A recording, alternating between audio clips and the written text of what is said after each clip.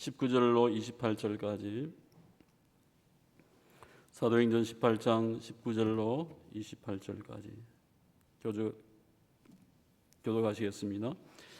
에베소에서 와서 그들을 거기 머물게 하고 자기는 회당에 들어가서 유대인들과 변론하니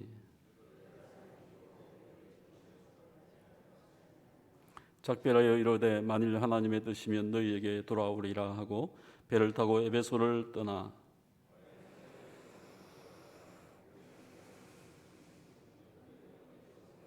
얼마 있다가 떠나 갈라디아와 부르기아 땅을 차례로 다니며 모든 제자를 굳건하게 하니라.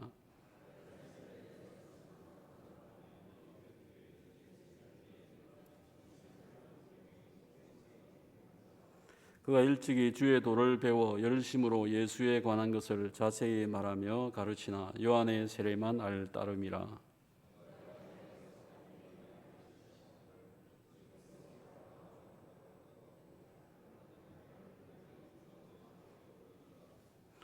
아볼로가 아가야로 건너가고자 하므로 형제들의 그를 격려하며 제자들에게 편지를 써 영접하라 하였더니 그가 가매 은혜로 말미암아 믿은 자들에게 많은 유익을 주니 이는 성경으로서 예수는 그리스도라 증언하여 공중 앞에서 힘있게 유대인의 말을 이김이러라. 하나님 아버지 감사합니다. 또 한 주간을 정리하며 이 아침에 주님께 나와서 예배하며 기도합니다. 찾아와 주시고 우리의 연약한 부분들, 우리의 악함들, 우리의 마음들을 주님께서 만져 주시옵소서. 주의 말씀 가운데 빛을 만나게 하시며 진리 가운데서는 하루 되게 도와 주시옵소서. 오늘도 주 앞에 나오면서 귀한 물질을 바친 손길 위에 함께 하시고 귀한 응답이 있기를 소원하며 또한 질병과 고통 속에서 하나님의 손길을 구하는 모든 환우들과 함께하여 주시기를 소원할 때 이 모든 말씀 예수님의 이름으로 기도합니다. 아멘. 바울 사도가 2차 선교 여행을 이제 마치고 그가 지나가면서 에베소를 들립니다.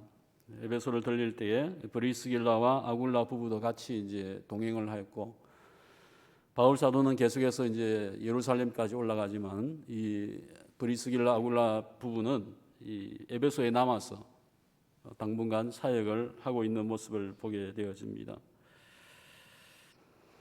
에베소에 도착하자 바울은 역시 회당을 찾아서 짧은 시간이지만 설교를 하고 또 말씀을 풀어서 해석을 하는데 딴 지역과는 틀리게 에베소 교회는 굉장히 개방적이고 복음에 수용적이었습니다. 그래서 바울을 향하여서 유대인이 이거 새로운 이야기인데 우리에게 다시 한번 이야기를 해주고 좀 더 머물고 가기를 부탁을 하지만 바울은 아니다, 난 다음을 기약하자, 다음에 다시 오겠다. 주님의 여기서 무엇이라고 했습니까? 21절 속에서 주님의 뜻이면 너희에게 올 것이다, 돌아올 것이다. 자기가 이제 확답을 하는 것이 아니고 계속해서 바울은 주님의 뜻이면 올 것이고 내가 나중에 다시 기도하고 이곳에 와서 사역을 할 수 있으면 사역을 하겠다고 하는 것이죠.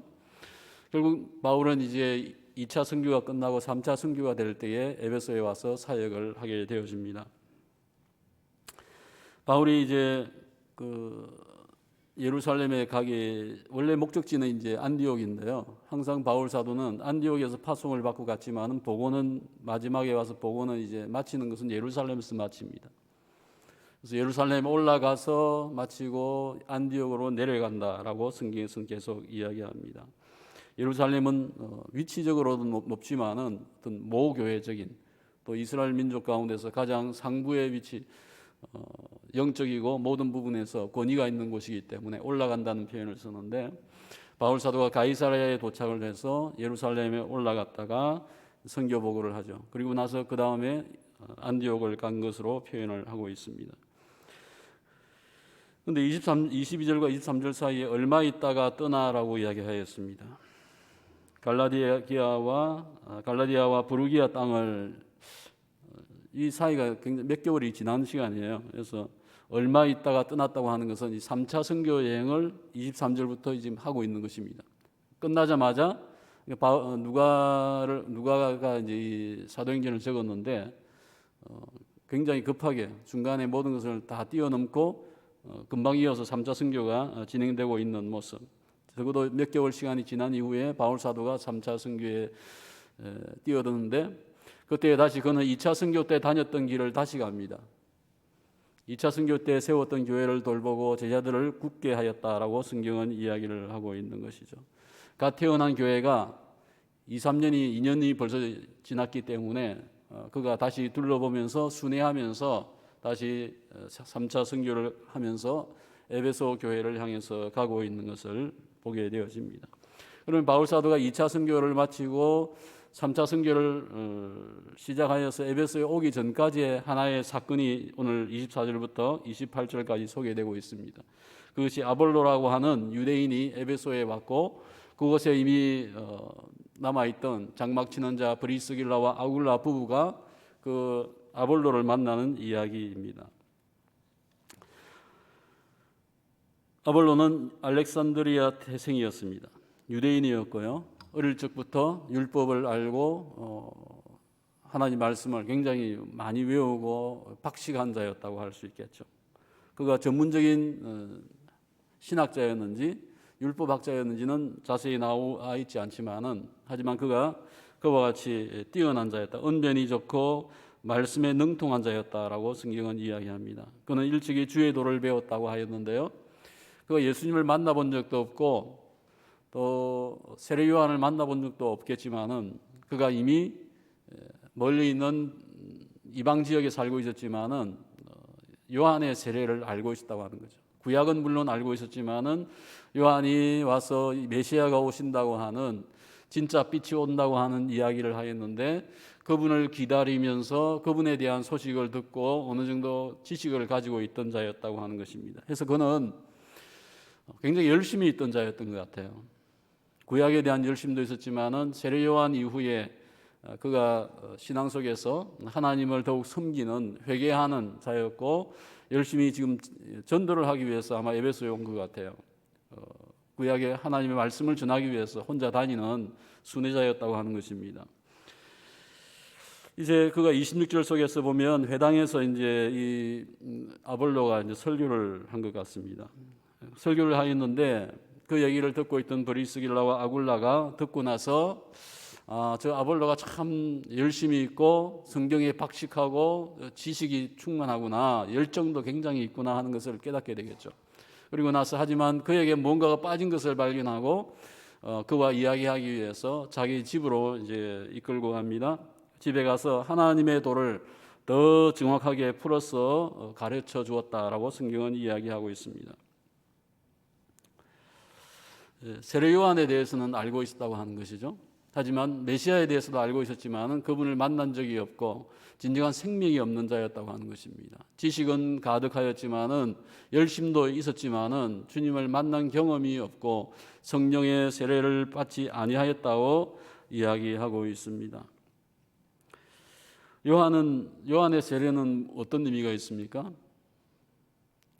구약의 이스라엘 백성이 하나님에게 죄를 짓고 떠나 있다가 하나님 앞에 다시 회개하면서 나아오는, 또 그것을 물로써 씻어서 죄를 사하는 그와 같은 의미가 있습니다.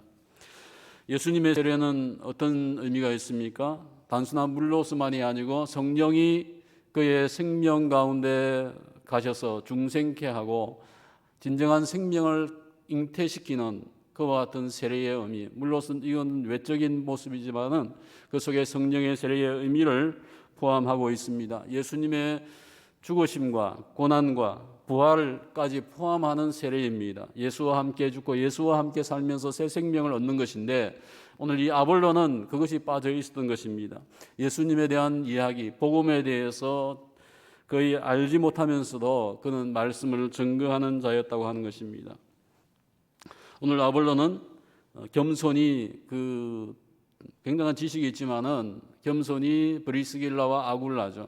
이 부부는 평신도입니다. 어찌 보면 그죠? 일반 전문적인 장막을 치는 자였고 일을 하는 자였죠. 하지만 그는 겸손하게 그 부부에게 배우게 되어집니다.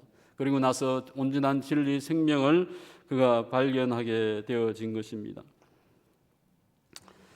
그리고 나서 그는 아볼로는 굉장히 급한 것 같아요. 그 다음에 이제 어떻게 합니까? 아가야 지역에 내가 가겠다. 아가야 지역은 고린도 교회가 있고 아덴이 있고 마게도냐 지역이죠. 예. 그 아덴과 고린도가 있는 지역이 아가야 지역인데요. 그곳에 가서 이제 편지를 써주니까 그것을 가지고 이제 교회를 방문하죠. 고린도 교회와 방문해 가지고 거기에서 하나님 말씀을 전하는 사역을 하게 되어집니다. 그래서 고린도 전서에 보게 되면 아볼로파, 바울파 이렇게 나오듯이 그 아볼로가 오늘 여기에서 나오고 있는 것입니다. 그는 진리를 알고 생명을 알게 되어지자 더 열심을 내어서 교회를 찾아다니면서 진정한 사역자로 거듭나고 있는 것을 저희가 보게 되어지는 것입니다. 올바른 지식이 얼마나 중요한지, 또 분명한 주님과의 만남이 생명을 소유하는 것이 얼마나 중요한지를 오늘 여기에서 보게 되어집니다. 어설프게 대충 아는 것은 아는 것이 아닙니다. 하나님의 말씀을 저희가 분명하게 연구하고 이것이 진리구나 하는 확신을 가지고 증거할 수 있어야 됩니다.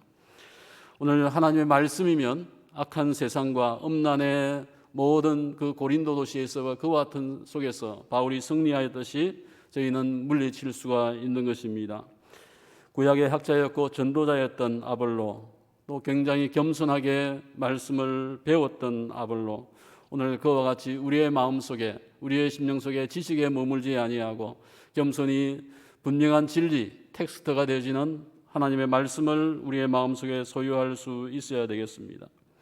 바울 사도가 브리스길라와 아굴라를 양육하였죠. 브리스길라와 아굴라가 아볼로를 양육하였습니다. 오늘 이 놀라운 열매가 바울은 잊지 않았지만은 두 번째 바울이 또 브리스길라와 아굴라와 겸손히 또 새로운 일꾼을 세워나간 것을 보게 되어집니다. 오늘 우리에게 분명한 진리가 있습니까? 지식이 있습니까? 다 필요한 것이지만은 또한 하나님의 영과 생명과 성령의 충만함이 우리 가운데 있어야 합니다. 내가 문자를 잘 알지 못하고 헬라어나 원어를 알지 못하지만은 저희는 어떤 지식인과 어떤 세상의 박사라도 저희는 가르칠 수 있는 영적인 지혜가 있는 자입니다. 지식이 있는 자입니다.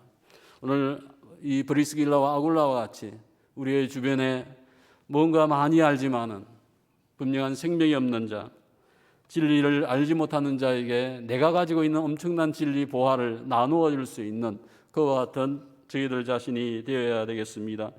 비진리가 판을 치는 세상 속에서 우리는 하나님의 말씀 가운데 탁월해야 합니다.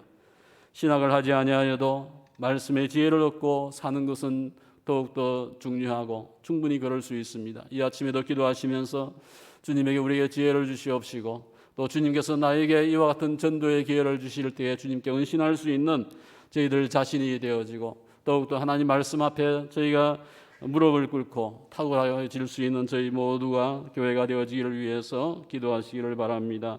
기도하겠습니다.